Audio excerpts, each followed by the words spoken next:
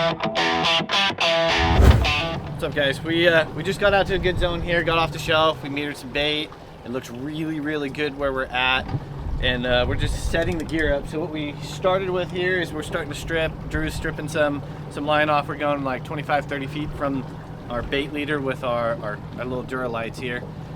We space those out anywhere from like 25-30 feet. I don't like to put them too much closer to the bait. You don't want too much light down there, or you're just gonna get whacked up baits and they may not commit to it too well. But yeah, we're trying. It looks really good in the area, so we're trying to get this gear all dialed in, rigged up, and then drop our buoy in the water and trying to get bit, right? The whole area we're in looks really good just because we rolled in and we saw a good little current line. There's a lot of current moving through here, some little kelp stringers moving through. Then we started to see a good bait layer on the meter. Kev was reading it here on the low frequency and the high frequency, so you know there's like a good dense bait layer when you can get it on the low. We even thought we marked like a little mark with swordfish down there. It's kind of hard to tell because they're so deep, but made us feel really confident in where we're fishing in, and that's like half the battle right there, especially with this fishery. What I'm going to do now, you have one already rigged up or no? It's got brims in it. I'm just stealing bait. So I'm going to set up the buoy rod with our bait here. Bait's just defrosting in some salt water. Make sure you don't defrost it in fresh water. It's our jerry-rigged can of defrosting station.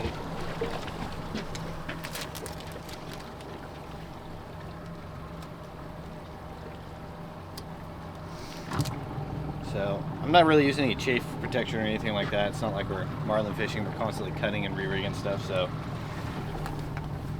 but it is still good practice to burn the end here, create a little mushroom.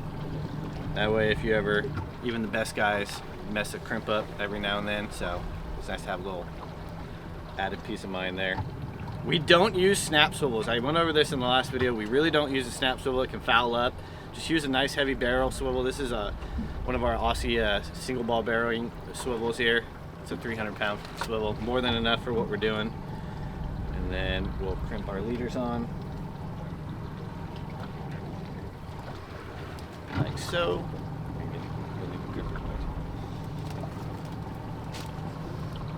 The one thing you can look at is it looks like a total mess on the ground here.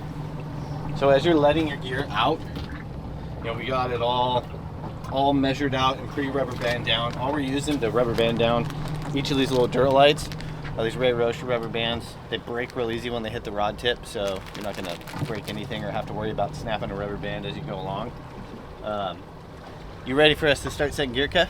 Yeah. Start stringing it out. So all we're gonna do, we're fishing a J-hook boom bait. We're gonna make sure when you take your baits out of your vacuum sealed packs that you take the rubber stoppers off. I've had people call in and be like, hey man, I didn't know there was a rubber stopper. You look at the bait before you threw it in the water, and pretty much all of us do that. So, all right, we're gonna start stringing gear out.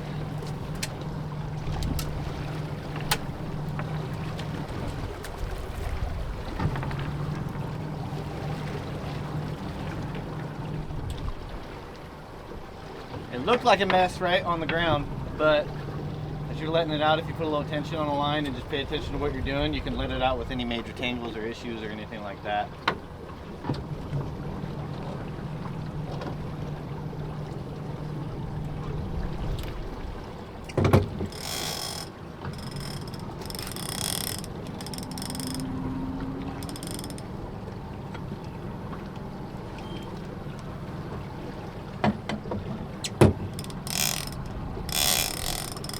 I want to show you the difference in wind-ons. We kind of went over this in the last video, and we're showing R&R wind-ons. Diamond makes a wind-on. There's a million different companies that make them. All of them make them with wax floss as the loop. Now, wax floss does snap. It wears out over time. You got to retie it. These are really overbuilt wind-ons. They got a 500-pound loop on them for where you can put your weight on, which in theory you're like, oh, that's overbuilt. I don't really need that. Yeah, but it's really nice to not have to change your wind-ons every season or every half season when you break stuff, or change loops while you're out here. Time is money, and all your effort you go into fishing this stuff. The longer your baits are in the water, the more time you spend fishing. So it's It's an added plus for me anyways. Look, we got a, I don't know if you can see, there's a bunch of even bait in the water right here too. It's just a really lifey zone. That's what we like to see. Tons of bait behind the boat right now. So we're gonna take our long line snap. This is just a little weight bridle we have. We got 2 lights. Make sure you turn them on before you send them down. The last thing you want is bring all your gear up to check it and you're like, shit, I never even turned on the lights. We've all done it though, so don't feel bad if you do. The only reason we have a snap swivel here is so we could change weights out easy. We do a lot of bump trolling and moving around, so it's kind of nice to be able to change your weight out without having to retie and do a bunch of crazy shit.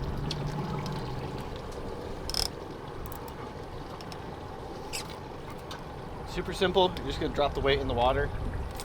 Make sure you got some tension on the reel while you're doing that.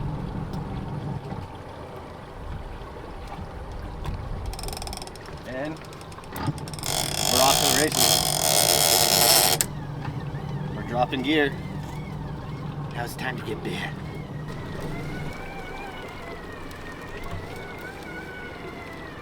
Alright guys, if you notice, we're not just bombing our baits down there. You kind of see a difference between the East Coast and the West Coast. They put a sacrificial weight on, bomb that thing down to a specific corner of a piece of structure just to get bit. We don't do that out here. We're fishing, our topography is different, the way we fish is different. So we're not just bombing our bait down there so it spins up or your gear gets all tangled the faster. We're keeping like a 45-degree angle. We're bumping the boat in and out of gear just to stretch the gear out a little bit. And then once we kind of slow down and stop, it'll all catch up to itself and we'll be up and down. This one, this rod right here is our buoy rod, so we're just letting it out to our first buoy wind on. That one's at 800 feet, and then we'll set our buoy on, and then we'll start setting our tip rod. And then we'll show you kind of how we manage both rods to keep gear from getting tangled. And when you get really good at it, and when it's just me and Kevin fishing, or a couple other of us that fish together a lot, we'll run up to 3 buoys sometimes. And if you keep your gear straight and be mindful of what you're doing in the current and where you're at, you can keep it from getting tangled and fish really effectively with multiple buoy rods out. I know, I think another guy in one of our last videos, he commented he uses like 3 to 5 pounds of weight, but we don't really recommend. I mean, you could do that, by all means, do what you want to do, but 3 to 5 pounds of lead is going to prevent you from being able to bump the boat around. There's not a lot of current out and not a lot of wind out today, so we're going to have to make our own current. And if you had 3 to 5 pounds of lead on, you're going to be wickedly scoped out and not fishing effectively. So I wouldn't recommend that because of those reasons. But by all means, we just tell you what to do and do this stuff for a living. You don't have to listen. But if you want to bridge the gap and spend less money and maximize your time and effort, then maybe listen to the dudes that do it all the time. All right, so we're at our first buoy wind on. Let it out so you get your loop there. And then let's grab that buoy. Just got a long line clip that goes to it.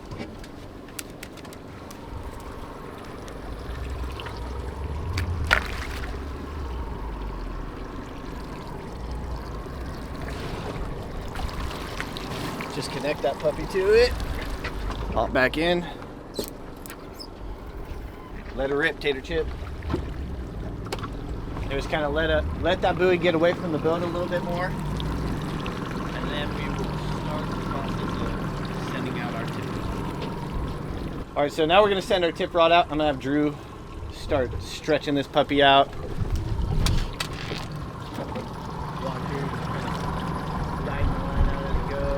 Kind of flip the boat around, so if you look far out, you can kind of see the buoy rod way out there. Kind of turn the boat and angle it so we don't drift over all our gear once we set it. It's not super hard to think this way. You just want to think in literal terms. Where's the boat going to go, and how's my gear going to drift over itself, so you can avoid tangles and avoid weird things happening while you're letting it all out. So he's going to keep letting gear out here until we get to the weight.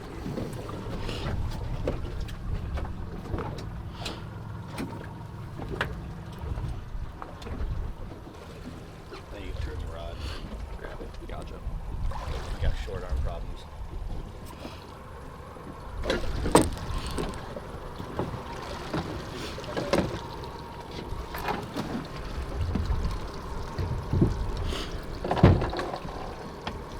So again, putting the weights on, we're connecting it to the loop outside the tip of the guide.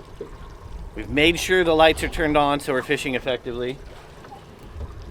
Put a little bit of tension on the drag as you drop the weight in the water so your stuff doesn't just go straight bonkers and then tangle everything up and get a huge backlash in your line.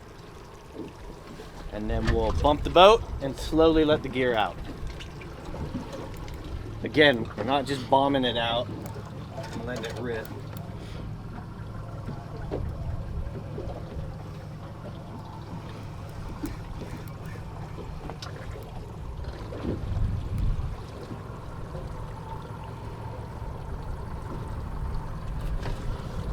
See how it's got a little bit of scope in the line, and you see it kind of carrying like a 30 to 45 degree angle. It's what you want to avoid keeping things from spinning out and getting tangled on the way down. So you have no way of knowing if your gear's tangled when it's down there until you go to check your gear and you go, wow, I was totally just fishing like a kook. Had all my gear tangled up, and now I feel really stupid. We're probably gonna set this rod, the other one's at 800, we'll probably go below what we saw on the bait layer and go to like 1,000 feet on this one. Kind of statistically, if you read books and you read all that stuff online, you see a lot of statistics say swordfish feed at 1,000 feet like 70% of the time. Another good thing to look for too in the area, besides like your current conditions, your bait layers, and all that kind of stuff on there, is like elephant seals. A lot of times you see elephant seals in an area and you're like, oh man, this might be a good area. They're the only other mammal that feeds at that depth on hake and squid also, and they can hold their breath for a really long time and kind of come up to the surface to heat their brains up and heat themselves up, just like the swordfish do in the lee of islands and areas like that. That's another good like indicator to look for, and we'll have some photos we took of the screen so it's a close-up photo so you guys can see what we're looking at and what we were talking about. But we're just about set up, and then we start our drift. Then you play the waiting game. It's a really slow fishery when you're just setting gear and waiting for a bite. You can go kind of crazy watching the rod tip and looking for what you're looking for because it's such a subtle bump on the rod tip sometimes. And then once it goes slack and things go from 0 to 100 real fast. So hopefully we get to that point.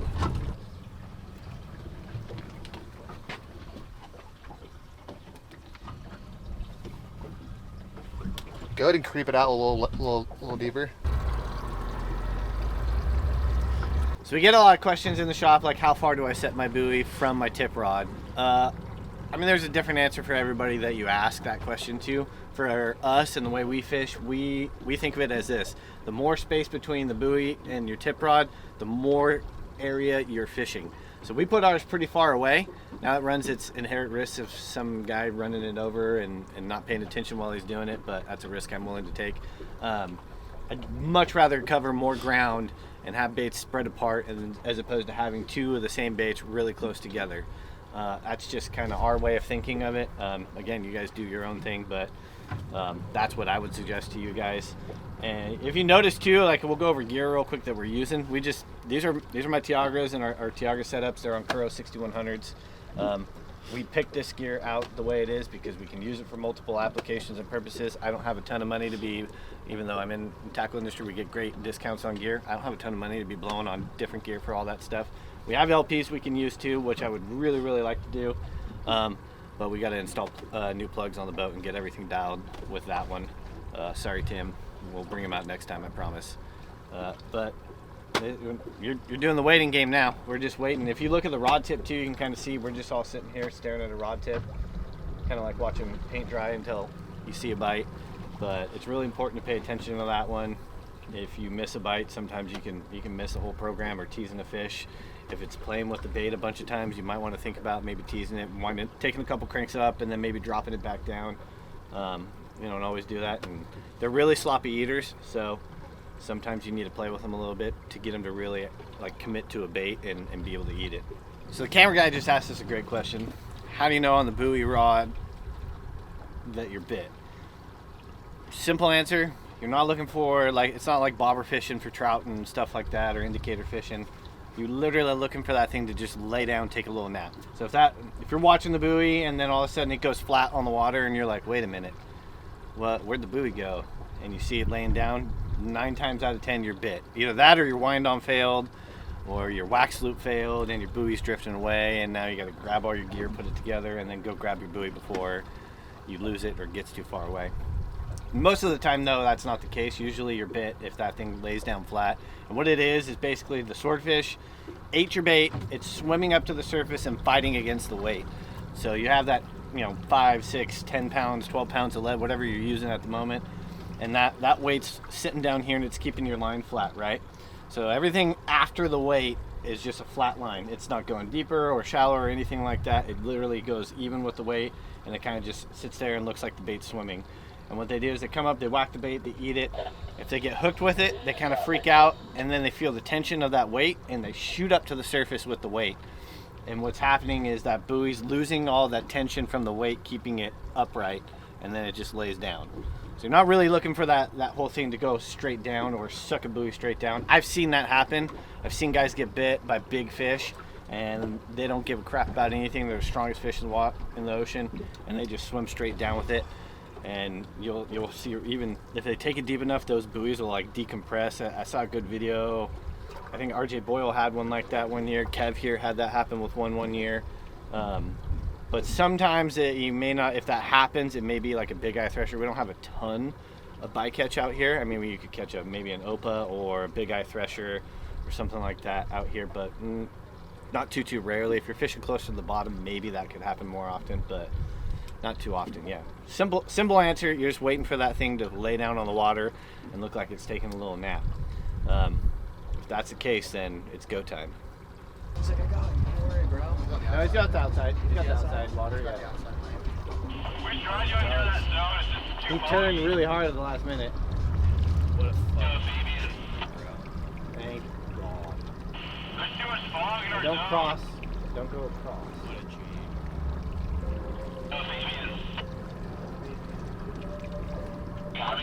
That's proper etiquette. All right, so the most frustrating part you can think about a sword fishing, aside from not getting bit, spending all the money to get out here and all that other stuff, is someone running over your gear. Because we're so spread out between the buoy rod and the tip rod and covering that amount of water, you run that risk, like I said, of someone running your gear over. We just had a guy come straight at our gear. Luckily, he saw the buoy at the last minute, and then he went to the outside, or what he thought was the outside. Luckily, it was the outside of our gear, so he didn't run over our line. But we've seen it all. I've seen jet skiers come in and almost, decapitate or scalp themselves with the line that we have out. I've seen guys go straight up to the buoy, do circles around it, and cut our line off, and then we got to go back and tie line together and get creative. But if you're the guy watching this video and you're like, oh, I've seen buoys out there before and been wondering what I was looking at, please, for the love of God, stay away. That is like the nicest thing you could do for us out there. We have all this money worth of line and gear out there, and if you cut it off, we're losing $300-400 worth of gear.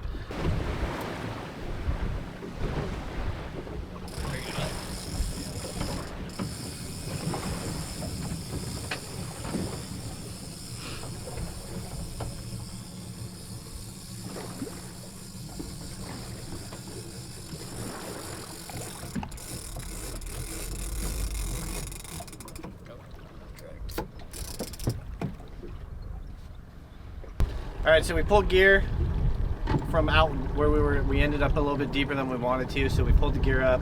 We're moving on to the inside where we saw more life, more bait, and everything that we like to see on the meter.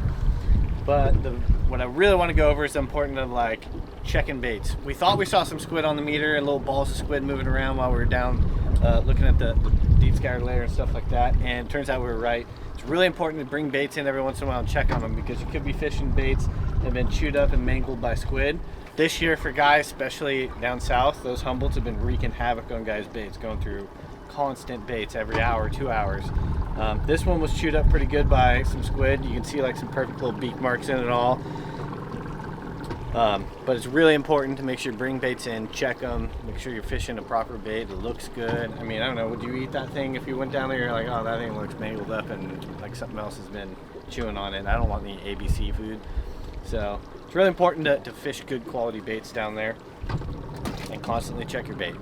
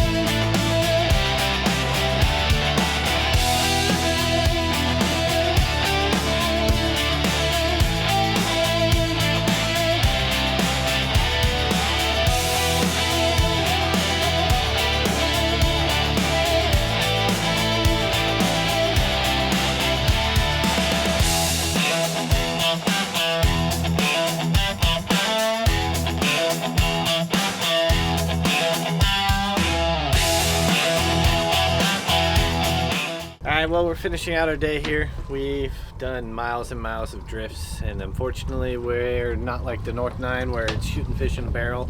Trying to catch a swordfish out here is a little bit more difficult. We've got such a vast area and places to fish that you could literally set miles and miles of buoy gear and not get bit. Similar to Bear Flag, who's just outside of us fishing right now. I mean, you gotta think of it, they got 10 buoys out and they're fishing outside of us along like Avalon Bank down, setting down across the east end of the 152, and they haven't gotten anything either. But it's one of those fisheries where you can go from 0 to hero real quick, but most of the time it's 0. We're gonna pull gear here and then head home, and hopefully we can connect on one next time we're out. If you guys got any questions or want to go through gear rundowns or different types of gear, or got questions like that, feel free to reach out in the comments. Come into the store, call the store, either our Anaheim or Newport store. Anybody in there, I'd be happy to help you guys. Again, all the gear we used today was all Tiagras on our Kuro Swordfish rods, which is probably one of the best rods on the west coast that we build, and even probably the east coast that we build. We've spent a lot of time building rods and thinking them through, and we have a couple of expert rod builders, you know, Wade Cunningham and different guys like that have spent a lot of time building blanks and rods and know what they're doing. So remember, go out, support your local tackle shops in your area, and if you got any questions, give us a ring.